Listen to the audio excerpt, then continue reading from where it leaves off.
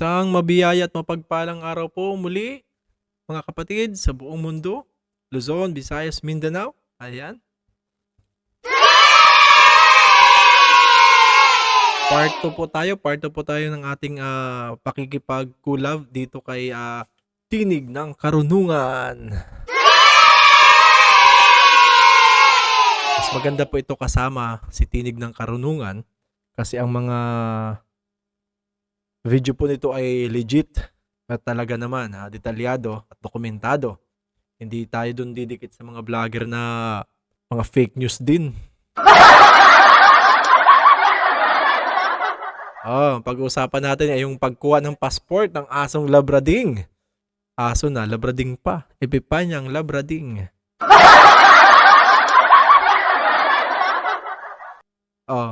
Kukuha doon ng passport para saan?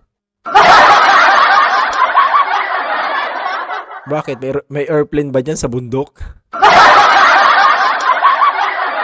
Ano ka ngayon?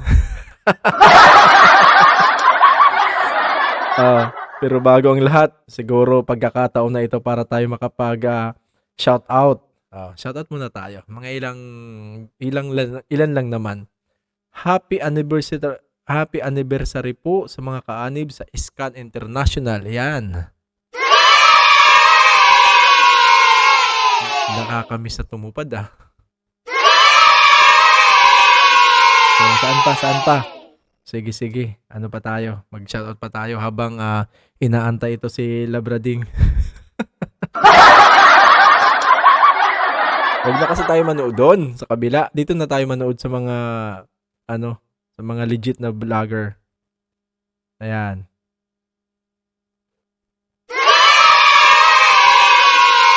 Okay, Leonora po. Leonora Nupuente. Proud INC po.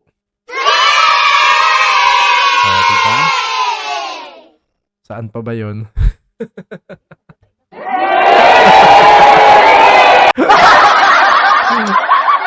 Ay, nako. Kapatid, pagkalat sa mga kapatid na vlogger ang video na yan. Para sobrang mapahiya, pinagagawa niya. Over talaga kasinungalingan ni Ipipanya niyan. At mamulat mga sumusuporta sa kanya. Parang dapat ito, i-boycott na to.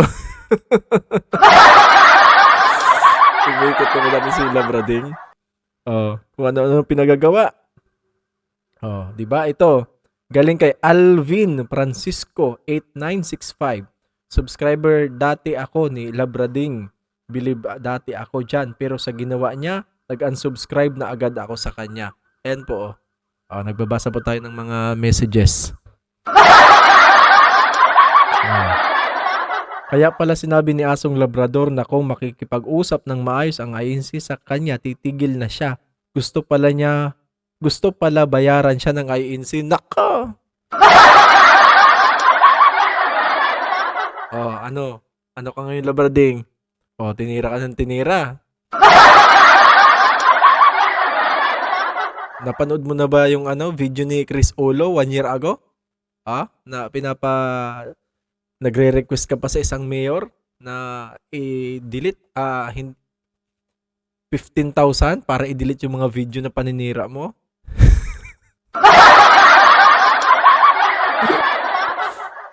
$25,000 pala, not 15,000. 25,000 kapalit ng pagpapabango ng kanyang pangalan. Ito ba yung magandang vlogger?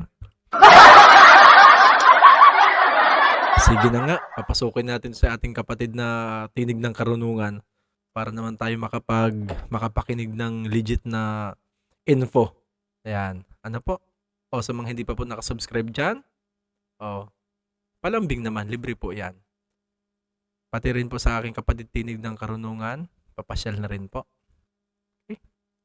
Isang magandang araw mga kababayan at mga mahal na kapatid, patuloy po kayong nakikinig sa Tinig ng Karunungan. Ang pag-uusapan natin ngayon ay tungkol na naman kay Epipanyo Labrador. Pupuntusan lang natin yung mga naging pahayag ni Epipanyo sa kanyang mga nakaraang video.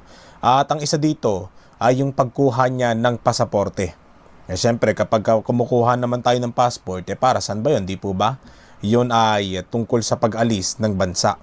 Bueno, mamaya natin na hihimay-himayin yung tungkol po sa bagay na yan. Pero simulan na muna natin ang pagpuntos sa kanyang mga naunang pahayag bago yung sinasabi niyang pagkuha niya ng passport. Para bang nagbabalak atang tumakas etong taong ito dahil nga sa patong-patong na kaso na kinaharap niya po dito sa ating bansa. Saan kaya siya dadaanan, no? Sa airport? Saan kayang airport? Baka sa Pantalan? Ano yun, lalangoy? Bueno, simulan natin. Okay, magandang gabi po sa inyong lahat, mga minamahal ko mga kababayan. Ano bang oras na mapapanood po ninyo itong ating programa? Reaction mo, birado ko. Okay, lalo na sa ating mga kababayan sa abroad na talagang marami po tumatawag sa inyong lingkod at nagtatanong po sa mga bagay-bagay po na gusto nilang malaman. Salamat po sa inyong concern at sa inyong mga panalangin, mga minamahal ko mga kababayan. Panalangin ba? Meron ba talaga? Sige, tirahin mo nga yan, loko na yan. Alam niyo ba, ako po natutuwa sapagkat sa kabila po lang lahat ng paninira po ng malademonyong reliyon ng Iglesia ni Manalo na Diablo, mas lalo pong tumitindi at dumarami po ang supporters at kasama at kaisa natin dito sa ating programa. Alam niyo, Talagang itong taong ito nagbubulaan no? Nakita niya yung mind conditioning niya kung paano niya inuuto yung kanyang mga taga-panood, taga-subaybay sa channel niya. Pinapatanggap niya talaga na habang sinisiraan tayo ng Iglesia ni Cristo, lalo tayong lumalakas sa channel natin, mas maraming sumusuporta daw sa kanya. Kaya sabi pa nga, Iglesia daw tayo ng Diablo. Ang akin naman, sino ngayon ang naninira? Di po ba? Sino ngayon ang naninira? Epipanyo. Kami ba talaga na may matibay na mga ebidensyang pinakita na sa aming YouTube channel? Sa mga kapatid na bumuelta sa iyo, nakalong-kalong ang mga batayan at ebidensya laban sa pinagagagawa mong kalokohan, o ikaw na puro lang ngaw-ngaw mula nung umpisa hanggang sa kasalukuyang ito, nag-iba ka na nga ng content kung tutusin, wala ka pa rin naipakitang ebidensya tungkol sa mga paratang mo sa Iglesia ni Cristo. Tapos sasabihin mo ngayon habang sinisiraan ka namin, lalo kang lumalakas? Papaanong lumalakas ang channel mo? Nung ni-review ko yung YouTube channel niya, mga kapatid, mga kababayan, pabagsak na naman yung views niya. Bumabalik na naman sa dati yung engagement ng kanyang channel. Alam nyo, kung papansinin nyo, itong YouTube channel ni Epipanyo Labrador, hindi pa niya tinatalaka yung tungkol sa Iglesia ni Cristo, bumabanat pa siya sa mga politiko, talagang napakahina ng views. Talagang 3,000 lang, 5,000 lang, swertihan na kung maka 19,000, tsamba na kung maka 100,000. Pero simula nung binanatan niya ang Iglesia ni Cristo, doon niya nakita na pwedeng pagkakitaan nito. Bakit? Yung unang bugso ng content niya, sa pagbatikos niya sa atin, sa pagmumurat pagpaparatang niya sa atin, talagang umabot ng 100,000 yun. Oo nga, ganun nga nangyari. Parang 300,000 yata, di ba? Kaya akala niya tuloy-tuloy, okay, hatawin natin to, dito tayo kikita. Di ba? Napakalapastangan tao talaga. Hanggang sa inabuso na niya. Makailang beses na siyang nag-content, di po ba? Talagang ginatasan niya ang iglesia. Nung papaunti na ng papaunti yung nanonood na yung content niya tungkol sa iglesia, siguro itong si Loco na-realize, humihina na ang tungkol sa iglesia. Magpapalit na nga ako ng content. Ayun, nagpalit nga. Ano nangyari? Di talagang lalong bumagsak. Di po ba? Tapos sasabihin niya, lalong dumadami daw yung sumusuporta at tumatangkilik sa kanya. Kung totoo yun, bakit hindi makita doon sa mga nanonood sa'yo? Kung talagang lalo kang lumalakas, hindi ba dapat lalong dumadami yung manonood sa'yo? Epipanyo Labrading? Kaso hindi Talagang doon pa lang makikita mo na salungatan. 'Di ba? Kung ano yung sinasabi ni Epipanyo, kaiba yun doon sa nangyayari. Kaya kapag ka magsasalita siya ng laban sa iglesia, talagang hindi mo dapat paniwalaan Kung ano yung mga kasiraan na sinasabi niya, kaiba yun yung katotohanan nun tungkol sa Iglesia ni Cristo. Di po ba? Yan ang tatak Epipanyo Labrador. Walang kredibilidad, walang batayan, puro kuro-kuro, kaya pati buhay niya nabubuhay na sa imahinasyon niya, sa gawa-gawa niyang kwento dahil nga sa miserable na ang kanyang estado sa mundong ito. Tuloy natin. Sa totoo lang, napakabigat po talagang kalabanin ang Iglesia ng Diablo. Dahil Diablo yan 'di ba? Oo. Napakabigat, lalong-lalo Salungatan na't ka meron talaga. silang mga armas, Isos. may pera sila, may impluwensya sila, lahat nasa kanila na. Ano daw? Ano yung armas? Linti ka, puro na lang naman Biblia yung hawak ng mga kapatid namin ah. Armas daw? Pakita mo nga. Makapangyarihan sila dito sa mundo, makapangyarihan sila dito sa ating bansa. Pero ganoon pa man, salamat sapagkat sa kabila ng kanilang pananakot sa akin, sa kabila ng kanilang mga ginagawa, patuloy po tayong lumalakas sa pamamagitan po Diba? ng mga panalangin po ng ating mga kababayan. Akala po kasi nila, Nakita niyo yung kasinungalingan ng taong ito. 'Di ba? Sabi niya talagang napakabigat na kakalabanin ng Iglesia ni Cristo eh. Pero nung una niyang pinagbabatikos tayo, sinasabi niya na Wala daw siyang kinakatakutan, di ba? Kahit may ilang milyon pa, di ba? Tapos ngayon may matitino ang Iglesia ni Cristo. Pero ang Iglesia ni Manalo, mga mamamatay tao, di ba? Sira ulo talaga. baliwala daw tayo sa kanya, walang-wala daw, tayo daw yung natatakot sa kanya. Tayong mga ikaanib sa Iglesia ni Cristo daw, yung natatakot at nanginginig na kay Supremo Epifanio. Ngayon, siya na yung nabibigatan. Nakikita ninyo kung paano niya dinedebate ang sarili niyang mga pahayag, kung papaano niya sinusupot yung sarili niyang mga pinagsasasabi. Sira ng tuktok, ano? Sabi ko nga kung may debate lang, Epi versus Labri, siya rin yun. Di po ba? Siya na yung nakikipagdebate, siya pa yung moderator, siya rin yung audience doon. Di ba? Kumbaga debate niya Bakit?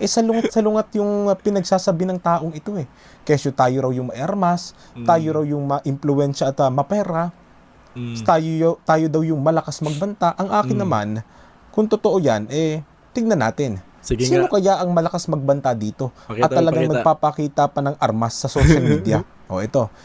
Epi, kung nanonood ka man baka hindi mo na natatandaan itong content mo sapagkat ito'y ilang panahon na ang nagdaan. Panoorin mo kung paano ka nagsisiga-sigaan. Nagkabaliko-baliko na ba ang kanyang mga kwento na walang kwenta? Di ba? Lumalabas talaga ang mga kwento niyang walang kwenta lahat. Sige, tuloy. Makikita sa screen yan. Sige. Tebes, pag hindi ka umayos, Tebes, Unsubscribe na. Puro yan kalukuhan. Tingnan mo, unsubscribe na dyan. ito yung gagamitin ko sa'yo, ha? Ito yung Lasing pa ata. ipuputok ko kay Mayagma, pati sa'yo, pati Lasing na kay pa Tanasan. Ha? Kasi punong-puno Teka lang. Yun na nga yung tanasan na binabanggit niya. Di ba? Di nagkatagpi-tagpi na yung kwento niya na walang kwenta. Yung binabanggit na tanasan daw, di ba? Pababanguhin daw niya. Tinira, tapos kalaunan pinagbabayad ng 25,000 ba yon? Para daw sabihing matulungin pala ang taong ito. Asan ang credibility ng taong ito? na ako sa'yo, bata. Yun, no? Ha? Kaya umayos ka, ha? Ha? Binasa pa. Ito, marami itong tinumba. Angas no? Ha? Baka pag 50 ka, bata. Yun, no? Uy, yun naman pala kapatid, ito pala mamamatay tao pang 50 raw, baka pang 51 na yun. Ay, nako. Isang siraulot kalahati talagang taong to. Ha? Kaya Mayora Janice Digamo, tsaka Mayor Pretz, Pakinggan nyo. pag hindi yan nakulong, bigyan mo lang ako 1 milyon, tumba ko yung magkapatid na yan. Yun lang. Asa na? Sino bang bayaran ngayon? Bayaran. Bayaran. Sakit sa ulo.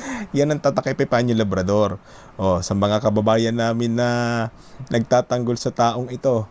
Yan ang supremo ninyo, bayaran. Bayaran daw siya ng 1 milyon, itutumba daw yung mga Tebes. Di po ba? Yan ba ang paniniwalaan ninyo, Pilipinas? Isang taong nakulong, sabi niya yun sa nakaraang video niya, nakulong daw siya kasi nakapatay siya. Ngayon nagpapabayad pa, 1 milyon pa. Aba, kung ako naman doon sa pinapakiusapan niyang magbayad sa kanya, sino ka para bayaran ka ng 1 milyon? Baka nga hindi ka pa makatama sa pagbaril mo. Di ba? Pero nakita ninyo, Baka baka hindi makatama. Pasaway. Ay, nako. Raulo talaga. kung sino ang malakas magbanta, kung sino ang may armas na sinasabi niya.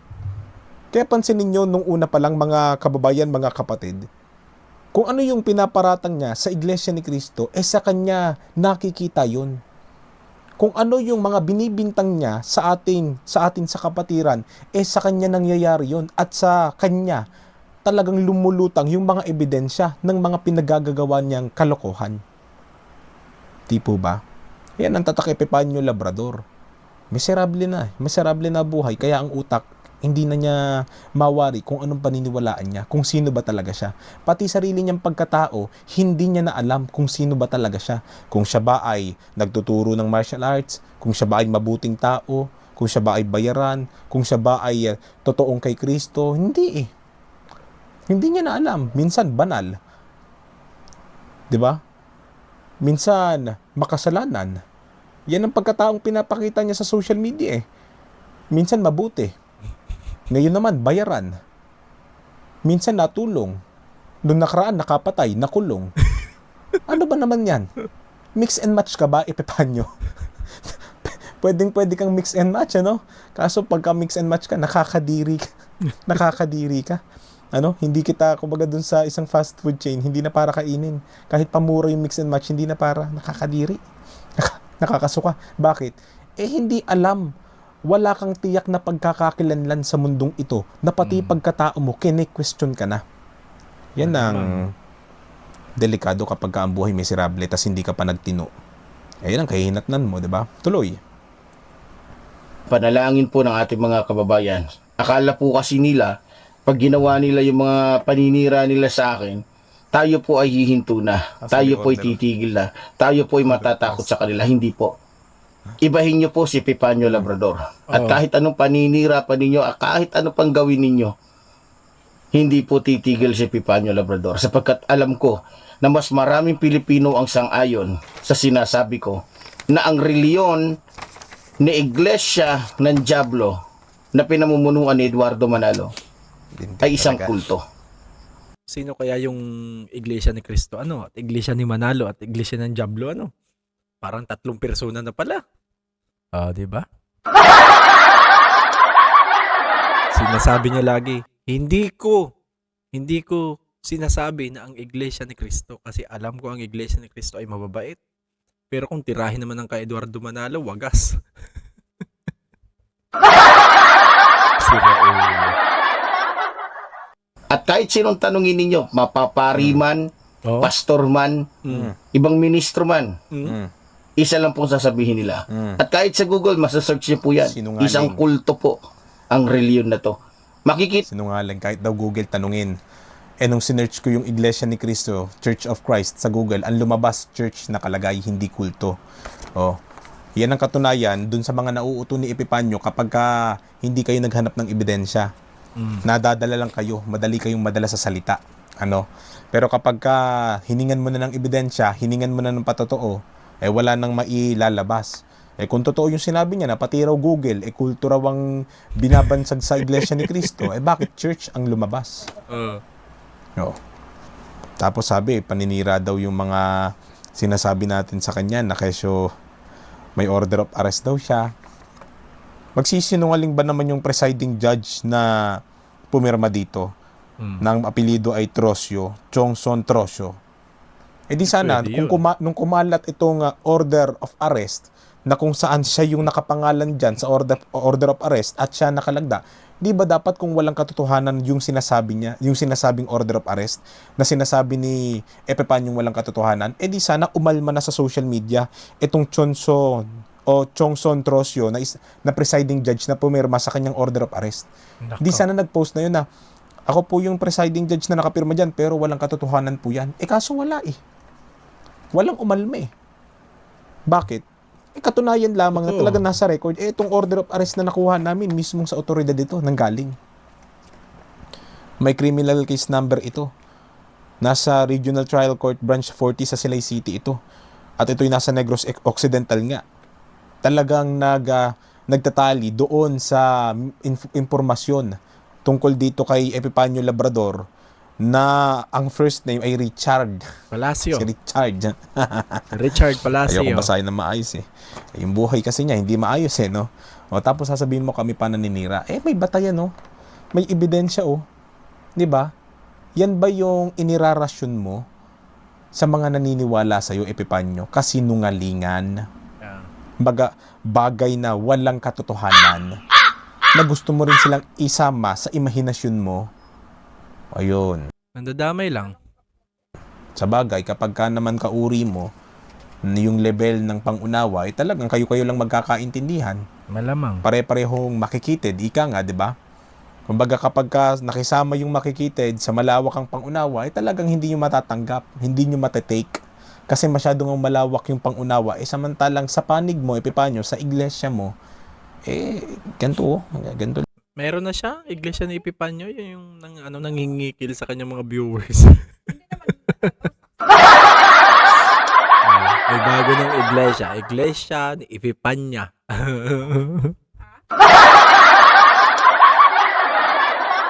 Lang. Baka yung ganyan pilit pa yan. 'Di ba? Yan na yung pinaka-maximize niya, 'di ba? Wala eh. Sasabihin mo kami pa naninira. Ikaw ang naninira.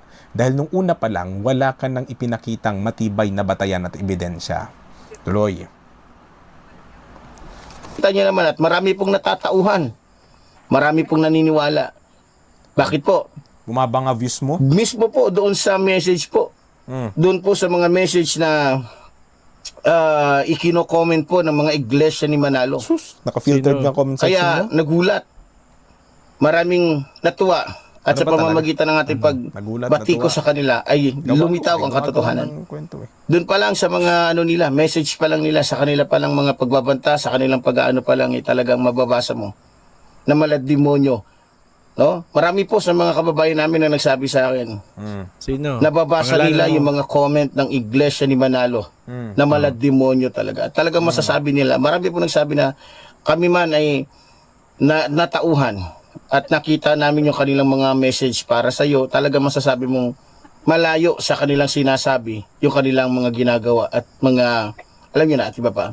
Hindi niya alam sasabihin niya. Etong si Epifanio, halat ng taga-bundok eh. Oh, Di bakit? po ba? Halat ng taga-bundok. Bakit nga? Sasabihin niya may mga nagko-comment daw sa kanya na pinagbabantaan siya. Pero paano ka nakakasiguro na iglesia yun? Na iglesia ni Cristo yung nag-comment? Hindi mo ba alam na may tinatawag na poser noon pa Epifanio? Poser Siyempre hindi mo and alam user, yan. no? Hindi ka naman kasi, sabi ko nga, yung kaalaman mo, ganito lang, pati pang unawa mo. Hindi mo alam yung poser, di ba? May mga nagpapanggap na iglesia ni Cristo na account kahit hindi naman. Tapos magko-comment sa'yo na, mga kapatid, ipapatay na yan. Total, ganito naman ugali talaga natin sa iglesia, di ba? Ipapatay na yan. Pero nag-comment nun, hindi naman talaga iglesia ni Cristo. Ay ngayon, yung sinasabi mo na pinagbabantaan ka, malamang sa malamang yun. Yung mga taong gusto ring masira ang imahe ng iglesia ni Cristo na ikaw na nga yung ginagamit na kasangkapan Ang at diablo. ikaw ang ginagawang sa pamamagitan mo para masira ang imahe ng iglesia ni Cristo sa madla. O ngayon, 'di ba? Ano nangyari? Sinisiraan mo kami. Na kesyo, ang mga iglesia ni Cristo pinagbabantaan ako sa comment section. Ngayon. Kaya nga sabi ko, 'di ba? Huwag kang magbibigay ng idea sa pamamagitan ng mga gawa-gawa mong kwento. Kesyo sinasabi mo na ang iglesia ni Cristo, kunwari, dadaanin ka sa legal niyan. Pero kapag ka nahuli ka na, kapag ka nasa kamay ka na ng otoridad, tsaka ka ipapatumba niyan. Bugbugin ka daw, ganon. Baka mamaya, Epifanio, matumba ka talaga. Pero ang magpapatumba sa'yo, hindi ka anib sa iglesia ni Cristo, kundi yung mga taong may galit sa iglesia ni Cristo, ang magpapatumba sa'yo para sa amin ang sisi mapunta. Malamang. Para mabaling sa amin yung sisi. Naiisipin siyempre ng tao, nagmumumura sa iglesia ni Cristo yan. Niyurakan niya ng kapatiran, pati ang pamamahala nila, kaya malamang iglesia ni Cristo nagpatumba dyan. Pinatumba na, ganon. Kundi ka ba naman nag-iisip? Di ba? Kaya yung pinagsasabi mo, ikaw rin mismo ang nalalagay sa alanganin eh. Tama. Kaya nga sabi namin sa'yo, kami awang-awa sa'yo, Epifanio. Kaya nga sabi namin din sa'yo, kung ako sa'yo, sumuko ka na lang, harapin mo yung mga kaso mo, hindi lang sa iglesia ni Cristo, kundi pati doon sa mga estudyante mo, tas magbagong buhay ka. Mali mo, maabsuelto ka. Kaso nga lang, Sa dinami-rami nga ng sabi mo kanina, 'di ba? Nasa pang 50 na halos yung natumba ng baril mo. Ay, ewan ko lang kung kahit magbagong buhay ka, kung walang babalik ka, hindi ka babalikan ng mga nagrabyado mo. Hindi na namin kasalanan yun. Sabi ko nga, kung ano yung itinanim mo, aanihin mo yun. Kaya kung ano yung bunga ng kalokohang ginawa mo, wala tayong magagawa. Kung hindi mo mahaharap yun, tapos talagang tinuluyan ka pa rin, nasa sayo rin yun. Dami ng Diba? galit dyan. Tuloy natin. Iglesia daw ni Kristo. Ginagamit pa yung ating mahal na Panginoong Hesukristo. Pero mga iglesia pala ng dyablo. Biro mo, para lamang masira po tayo kung ano-ano nang ginawa. Kesyo wanted daw ako, kesyo tinadtad na daw ako, kesyo may kaso daw ako na, ano ba yun, na qualified tape, na walang piyansa. Di wow. Di wow. Di wow talaga. Diba? Yung fake news na sinasabi niya na tinadtad na raw, pinasok na raw siya sa bahay, pinatay. Hindi naman sa Iglesia ni Cristo nagmula yun eh. May mga vlogger na nag-react doon sa ganung balita. Pero yung mga fake news na yun, galing sa hindi Iglesia ni Cristo yun. Kay Birana Live yun.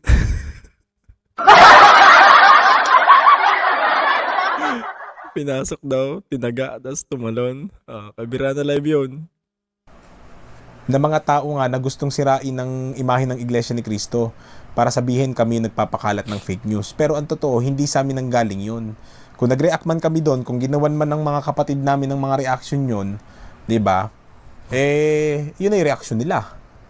Pero yung nagpasimula ng fake news na noon, alam mo yung sinasabi mong 2 million rewards na ikaw ay ng molestya ng minor de edad? Hindi naman din sa Iglesia ni Cristo yun eh. Natuntun kung sino ang talagang nagpakalat noon. Na-trace namin kung sino ang nagpakalat ng fake news na noon at kung sino gumawa noon. Hindi Iglesia ni Cristo eh. Tapos sa amin mo binabaling ang sisi. Yan ang sinasabi ko sa iyo. 'Di ba? Marami ring nakaantabay na mata sa iyo eh. Na talagang gagamitin ka para masiraan lang ang Iglesia ni Cristo.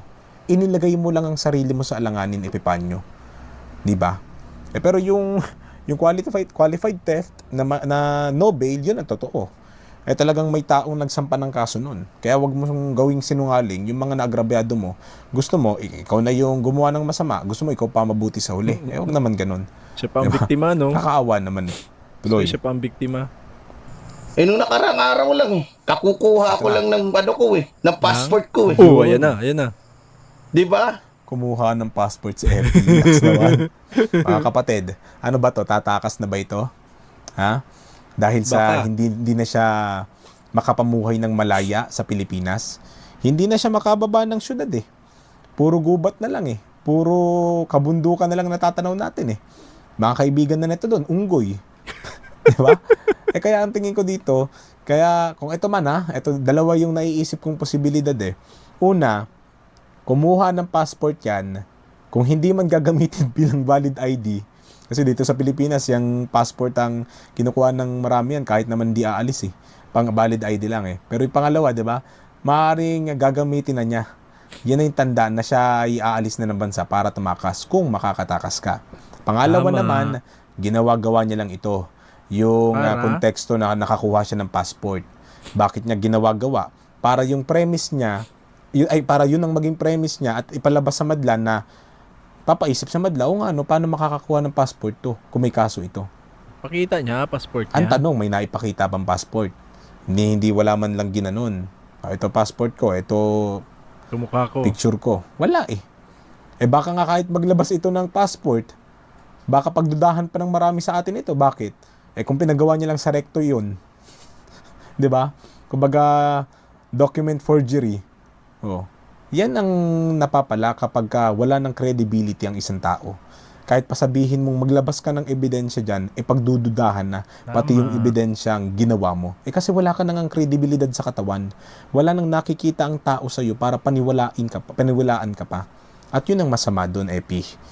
Pag nagkataong talagang nangailangan ka ng tulong, tapos walang naniwala na talaga sa'yo, ikaw rin ang, sabi ko nga, nilalagay mo lang sa alanganin ang sarili mo. May mas mabigat pa diyang sinabi, maliban sa passport eh. Makakakuha ka ba ng passport? Makakakuha ka ba ng Diba? Anak naman ng teteng. Tinawagan ko, tsuhin ko. Nasa NBI, hindi naman po sa pag-ano, may tsuhin ako na nasa NBI. Putulin ko muna. Nung nakaraan, di ba, sabi mo, kaibigan mo, Agila, ikaw, Agila din. Asan ba yung pagkakilanlan mo ng membro ko ng Agila? Wala na, mga kababayan, itong ipi na to. Tigil-tigilin natin si ipi para mawala na to ng gana sa, sa buhay niya. Ay, nako. Verify ko. Oo. Wala. Madali lang naman kasi gumawa ng kwento eh. Kahit ako, sabihin ko, tatay ko yung assistant ni Barack Obama. O di kaya sabihin ko, kaibigan ko yung secretary ni President Donald Trump ngayon. Madali kong sabihin yun, kahit gumawa ako ng kwento eh. Sabihin ko, nabili ko yung buwan. Ito yung certificate. Madali lang mga kababayan, mga kapatid. Kayo din, kaya nyong gawin yun eh. Yung gumawa ng kwento. Pero bilang isang mga Kristiyano, mga kapatid, hindi natin gagawin yun sapagkat naturuan tayo na hindi tayo para gumawa ng mga ganyang bagay na hindi naman totoo. Hindi tayo para magpatotoo sa kasinungalingan. At lalong-lalong hindi dapat tayo panggalingan ng kasinungalingan. Diba? Kaya nga itong si Epi, palibas ay hindi natamnan ng aral, nakakaawa eh, wala siguro nagpalaki na maayos sa kanya, kaya ganyan lumaki. Miserable ang buhay, iniwan pang araw ng pamilya. Dahil nga sa kung ano-ano pinagagawang kalokohan, eh talaga magiging ganyan buhay mo. Tignan nyo. Wala na siyang sariling pagkakakilanlan sa sarili niya kung sino ba talaga siya. At kung ano ba talaga yung landas na kanyang tinatahak. Sabi ko sa inyo, ito yung tao na nood ng action movie nung araw. Nung araw talaga, yung mga maangas doon talagang bumibira. Yung talagang depiction ng angas noon eh. Kaso yung angas niya, nadala niya hanggang sa panahong ito. Ang hindi niya alam, ang definition na ng tunay na maangas ngayon, natulong na, mapagpakumbaba na, nagawa na ng mabuti. Hindi na Parang si parang si ba to? Parang si Bostoyo, napakaangas. angas-angasan, napapatayin kita, bibirahin kita, puro bantana. Tatang Epi, huli ka na. Kumbaga outdated ka na sa panahon. Baka kailangan mo nang magsuri-suri muna. Wag na kasi tatigilan mo na kasi yung panonood ng kung ano-anong action movie. 'Di ba? Hindi ka naman si The King, Fernando po, idol, 'di ba? Hindi ka naman si Rudy Fernandez. Wala na 'yun. Hindi naman bagay sa mukha mo eh. Baka maging kontrabida ka lang kapag sumaba ka sa industriyang 'yan. Hindi ka magiging bida. Pwedeng assistant ng kontrabida, pwede pa. Yung tipong isang beses lang lalabas sa eksena. Ayun, Tapos pwede pa. papakain kay Lolo, Diba? ganun. Pero ang akin naman, nagmamatapang ka.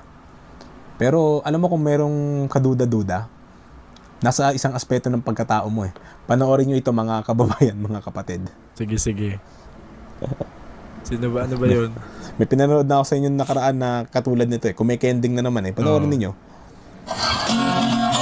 Hoy Tebes, nasaan ka na? Ay! Ikaw ay hinahanap nila.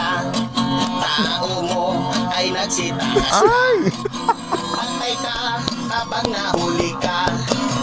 Hoy Tebes, bumalik ka na. Ay! Taong mahihintay sa'yo. Husgado at ang Kending eh. Oo, unggoy. para sa bumalik ka na. May potensyal. Ang ampon mo nakahanda na. Matawan.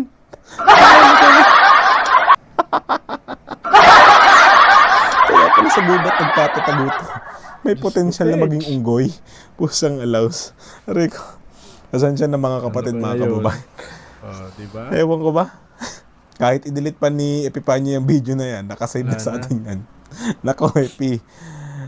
Nagdududa na talaga ako sa'yo, nakaraan. Kung may kending-kending ka. Ngayon naman, nagmamalaunggoy na na baliko ang pagkatao. Ewan ko ba dito? Kung ano ba talaga to? Kaya sinabi ko sa inyo, di ba, minsan mabait, minsan masama. May pagkakataon na tulong sa isang video niya, nakulong. Di ba? O, eto ngayon, matapang. Dito ngayon, sa napanood natin, Naging labrading. Ay! ay nako, Naging Epi. labrading. Magbagong buhay ka na habang may pagkakataon pa, habang may pag-asa Tama. pa. Ika nga, habang Tigil na nabubuhay yan. ka sa araw-araw at ginigising ka ng langit, May pwede pagkakataon mong pa. pag-isipan kung paano ka magbabagong buhay. Humingi ka ng tawad, di ba? Humingi ka ng tawad. Yun lang naman yun eh. Tama. Malay mo, magsimula yung pagbabago sa buhay mo. Humingi ka ng tulong sa Panginoon. Manalangin ka pag nagbagong buhay ka na. Ganun lang yun. Di ba mga kapatid, mga kababayan, napakasarap mamuhay ng matiwasay at payapa, nang wala kang naagrabyado at wala kang pinapangambahan na merong magbabanta sa buhay mo, di ba? Sana panatilihin po natin mga kapatid yung ganyang uri ng pamumuhay sa atin, na kahit hindi naman tayo ganun ka yaman sa mundong ito, pero yung yaman sa matiwasay at kapayapaan ng pamumuhay na sa atin, panalo na tayo doon. Biyaya na yun sa araw-araw ng ating buhay. Yun lang po mga kababayan, mga kapatid. Hanggang sa susunod, paalam. So yun, natapos po ang ating reaction video kay Tinig ng Karunungan. Ito, shoutout ko lang ito uli. Last nating shoutout kay Jeans Barcelona 8648. Ang sabi niya dito, makinig ka kung nandyan ka pa, kung magkaharap man kayo nito. Tol, sabi ni Jeans Barcelona, Tol, shoutout mo ako sa Arnis sa Luneta. Ayan, Tol, shoutout mo ako sa Arnis sa Luneta. Diyan kay Bading Ipipanyong Demonyo, kay Balisno ako, aral sa Arnis, taga Nueva Ecija ako. Hinahunting ko rin yan. Paki-shoutout mo ako.